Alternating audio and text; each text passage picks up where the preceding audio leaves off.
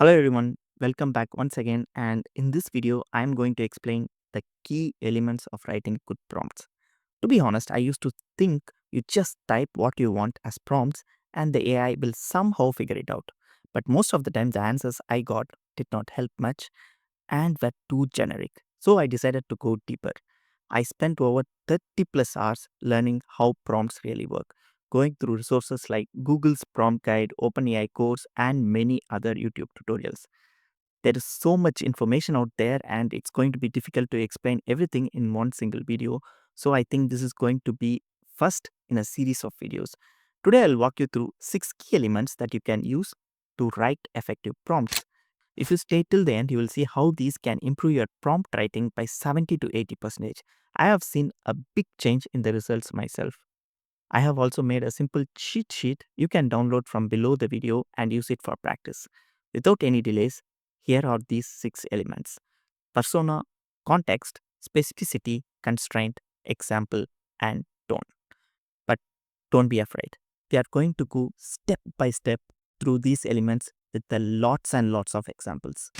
So before going into the 6 key elements, what I wanted to share is, if you are someone who's completely new to prompt engineering and want to improve the way that you are designing prompts, I would highly recommend that you use this platform, OpenAI Playground, rather than directly going into ChatGPT and giving your prompts. I'll explain exactly why.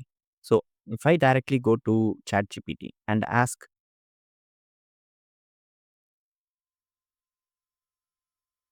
so I think you can see basically it is providing the results based on the bias, because I am having an 7 years of technical experience, and it's taking this from my history and trying to craft a reply that is basically more suitable for me.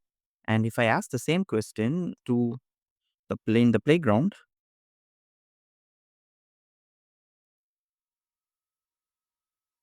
and it asks me for details. As you can see, it is asking me for details about my interests and hobbies, my strengths and skills, and my education background, because it doesn't have that kind of history. And this way, it doesn't put my answer in biased way. It doesn't store history, and if I say go and reload it, then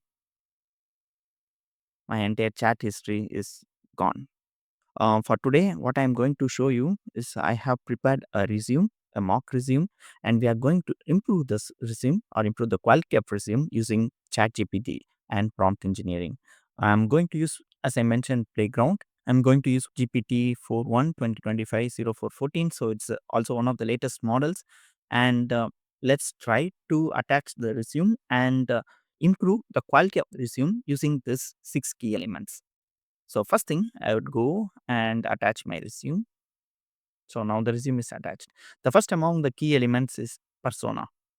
So persona is basically you are assigning a role to the AI so that it knows how it should act like, and it can craft the results based on relevance. So in this case, if I ask, okay, can you fix my resume? It can fix your resume. Basically, it can go through the resume and it can fix it. But from whose point of view it should fix that resume? You can ask your friend to fix the resume, or better, you can ask a senior technical recruiter who has reviewed thousands of resumes for software jobs to fix your resumes. I think the second option would be better, and this is what we are going to try. I'll copy this, and here I will do place plain text. So let me fix my So it has really provided us now with a beautiful resume. But before going to the resume, let's go back to our uploaded document and see what exactly is present in the resume. So here, John Doe, to whom this resume belongs, he is a front-end developer, and he has developed multiple pages for the company's main page using React framework. And he has worked closely with designers to implement responsible UI. And he has fixed layout and styling bugs across multiple platforms. And he has also collaborated with backend developers and participated in weekly sprint, basically agile development. Now let's come back to compare it with here. It also expanded this experience and just says developed and maintained 10 plus dynamic web pages. I mean, the 10 plus dynamic web pages here was not mentioned in the resume. was mentioned that John Doe has developed a lot of web pages, but he has never mentioned a metric. And this provides a good hint that we have to ask a metric. And this is something a senior technical recruiter would look for in a particular resume. So John Doe might have developed 20 dynamic web pages or 2 dynamic web pages. Whatever it is, it's always better to provide the key metric, how much exactly he has developed, and increase the customer engagement by 20%. So this is also again a metric which is measurable. And then diagnosed. So third point was about bug fixing. And here it is mentioned diagnosed and resolved cross-browser layout and styling issues and reduced reported bugs by 40%. Again, a key metric what recruiters look for. And then participated in agile sprints. It makes eye-catching for the recruiter to know that John Doe has an experience also in agile development and conducted code reviews and mentored junior developers. Mentoring to junior developers has a nice tone to it, that you are able to help others in your team to also improve along with you. Just by providing a persona, we have already improved the quality of the resume. Now, I'll go back and I have prepared also a prompt cheat sheet, which I promise that I will attach the link below the video. And here I have also some other examples. If you can see, um, so persona is something exactly saying who the AI should act like, right? So if you want to AI behave like an expert character, you can say as act like a productivity coach and help me plan my work week. Act as a senior software engineer and review my resume. Act like a tech explainer for beginners and define what is an API. This provides bit more context to the AI and it can help draft the response perfectly. Coming back now, the second key element is context. Context is basically the task that you want the AI to do. In order to ask AI to complete the task, you have to give a bit of background exactly why you are asking this particular request to the AI. And this helps the AI to understand why you are asking and what exactly it should do. Here is how a bad prompt looks like. Here is my resume, make it better. You attach your resume and ask the AI to make it better. But a better prompt would look like I'm a front end developer with 2 years of experience, a bit of context, which it can also take from the resume, applying to mid level roles at startups. So, my focus is on startups, or you can just say applying to FANG companies, Facebook, Apple, Amazon, Meta, and Google, or whatever it is. I want my resume to show growth, impact, and leadership potential. Craft my resume to match my futuristic goal. This is something you can provide to the AI. Now, I'll copy this context and go back to the playground, plain text. So now we have our results. Let's go through it from the top. Look at the professional summary. As you can see, here there are some keywords which is really exciting as a recruiter. Take ownership of projects, right? And team knowledge sharing, user centric focused, and excited to work in fast-paced startup environments. These are the keywords any technical recruiter would look for when they are hiring for startups. And the second part, it has also for technical skills, it has structured the technical skills in more impactful way so that as a recruiter, if someone sees this resume, he knows exactly what this person technical skills is. Some of the skills are not mentioned in the resume, but I think these are all relevant skills. If someone says, I know React, we probably know JavaScript, you'll probably know HTML5 and CSS. And then Figma is an UX design tool. So when he says React, I think 90% of the developers use Figma to design their UI. Professional experience is more or less the same. Now it is a bit more polished, but I think it's also KPI or measurement driven, where it says, okay, 10 plus mission critical React pages. Previously, it was dynamic pages, mentored to junior developers. I think these are all measurement driven or KPI driven. It also attracts recruiters to look into your profile. And then here it provides optional but impactful for startups. Some key ideas that are optional but still impactful for startups, like um, independently built Figma inspired real time designs that you have showcased somewhere in your LinkedIn post or in YouTube videos. The person has won some internal appreciation or awards from the customer or from the company. It can also be still attached here, even though it might be small. And then some more extra initiative is if you led some weekly calls like front end Fridays or whatever it is, or workshops in your company, that can also be mentioned here. And further it expands, so not in the job description it's better to have certain keywords like ownership, lead, user metrics, scalability, and cross functional, and these keywords are highly impactful and it's really attractive for technical recruiters. Now I'll show some more examples of context. So here, as you can see, some more examples for context. This is really good one. I have two kids and I work full time. Help me build a fitness plan I can stick to. You have a time constraint and still want to do some workouts so that you can reduce your weight. And then AI can craft a fitness plan that suits basically your needs. I need to send an apology email to a client after missing a meeting. So this is the context. I'm launching a YouTube channel for a busy parents. Suggest some content ideas. So these are some of the examples of context. You don't have to make note of it. At the end of this video, I will share this file so that you can download and check for yourself how other examples look like and how you can join together to create your own prompts. Now, coming back into our third section or third key element, it is you have to be specific. That point is you have to be specific exactly about what you want the AI to do by including what, how much, and which part you want to improve. It shows the AI, okay, this is something the user is targeting for, and this is something I want to achieve. For example, here focus on my professional experience to highlight measurable achievements like performance and growth. If you remember, in the context, it made changes to everything from the summary, from your professional experience, and it also added some technical skills section, how technical skills look like, and some more sections. But here, as a user, I don't want to make changes to other parts. I just want to improve my professional experience and highlight it with measurable achievements. What I'll do is I'll copy this prompt once again, go back here.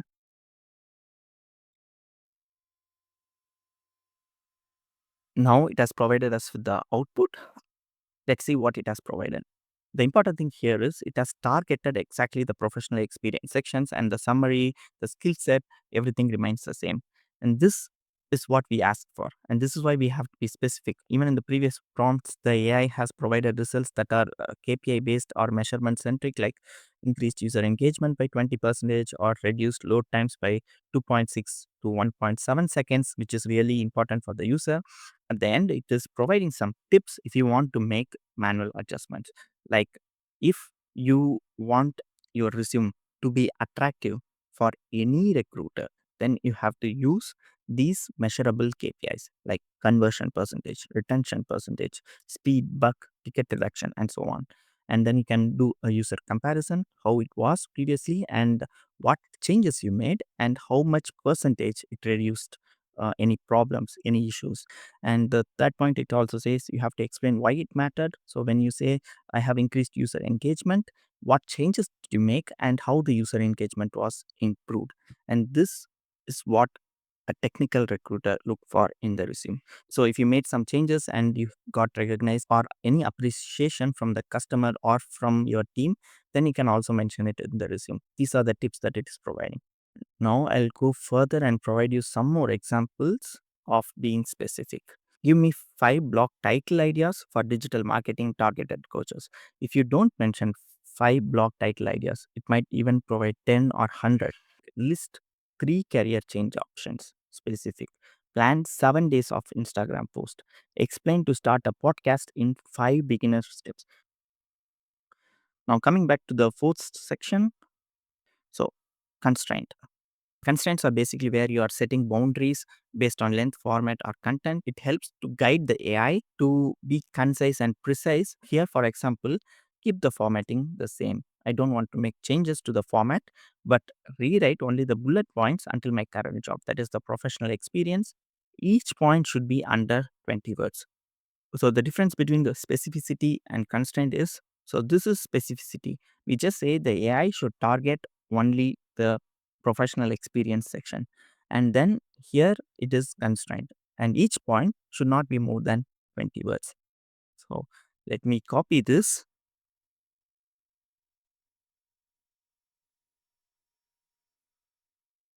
So now we have our response. I think it's also KPI focused and measurement driven.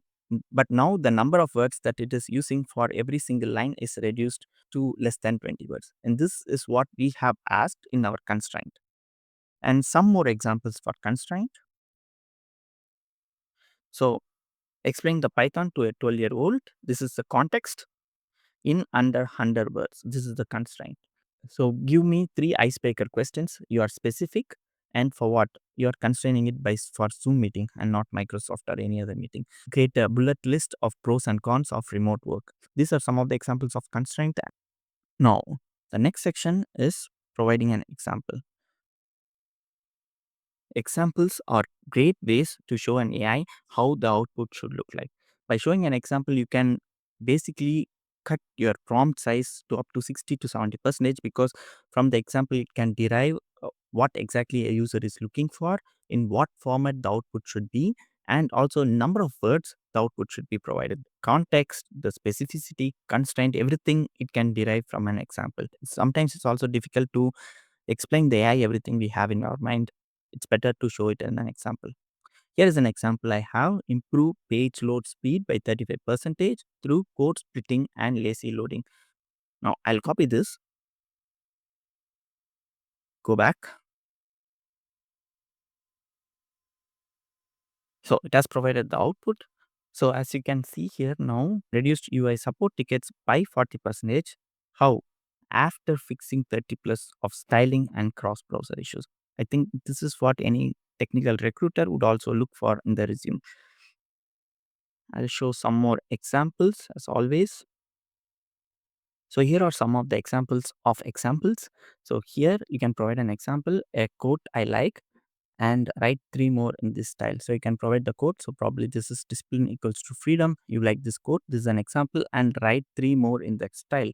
And here you provide the product review text here. Here is a product review I liked, make mine sound like this. So you can copy the tone, the specificity, the constraint, and also the context out of the product review example here, and it can create new product reviews from that particular example. By examples, it can understand so many things directly from the example, and you don't have to specifically write things in the prompt. So now we'll go back to the final part, tone. For example, you have to tell the AI sometimes how the response should sound like. Should it be friendly? Should it be professional? Should it be engaging or motivating? So whatever the tone you like the AI to take, this is what you have to explain in this particular section. And this helps the AI to know who is your audience and how that response should be crafted. And for this particular example, I'm use a confident and professional tone without sounding too formal, like a mid-level engineer describing results. I'll copy this. Now let's try how it looks like when we add tone to the prompt.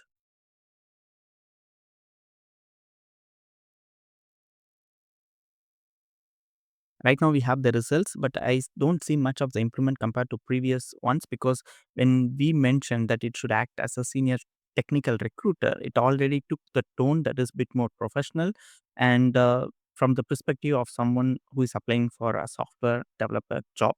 So right now we don't see much of a difference, but this is really, really helpful when you are crafting a script for YouTube, when you are trying to create a post in LinkedIn or something like that, then tone is really important to which type of audience you are creating that particular post or the particular video. Should it be friendly? Should it be formal? Now what I'll do is I'll reload the platform completely and I'll attach again the resume once more.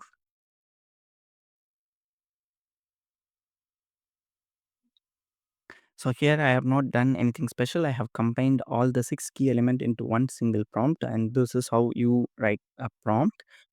We'll try to copy it and give it to the model in one single shot and see how the output looks like. So I'll come back, paste as plain text, and what I'm trying to do is, and don't use any shorthand, keep it simple. So this is something extra added. What I have added in the constraint and specificity specificity section is don't use any jargon and keep it simple. So now let's try to give.